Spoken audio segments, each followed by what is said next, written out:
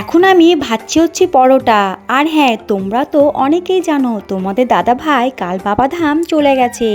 তো আমাকে বলেছিল ট্রেনে যেহেতু খাবে তো যাওয়ার আগে টিফিন বানাতে। সব বন্ধুগুলোই কিছু না কিছু টিফিন নিয়ে যাবে। তো দেখো এখানে আমি কিন্তু বানিয়ে দিয়েছি পরোটা। আর দেখো পনিরটা কিন্তু মটর দিয়ে কিন্তু ওই বানাবে। আর হ্যাঁ, এই পনির তরকারি কিন্তু একদম নিরামিষ।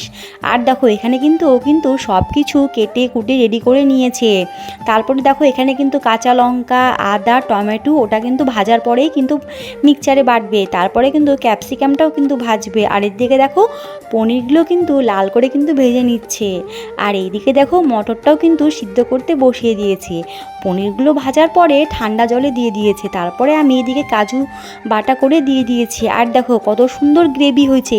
রেসিপিটা তোমাদেরকে দেখাতে পারলাম না, তার কারণ খুব তাড়াহুড়োয় ছিলাম। তোমরা যদি চাও তোমার দাদাভাইকে বলবো এই রেসিপিটা আবার ভালো করে দেখাতে। একদম নিরামিষ কিন্তু খেতে কিন্তু দারুণ হয়েছিল, তোমরা তো দেখেই বুঝতে পারছো। তারপরে দেখো আমি কিন্তু টিফিন রেডি করে দিলাম। ভিডিও দেখার জন্য অনেক ধন্যবাদ।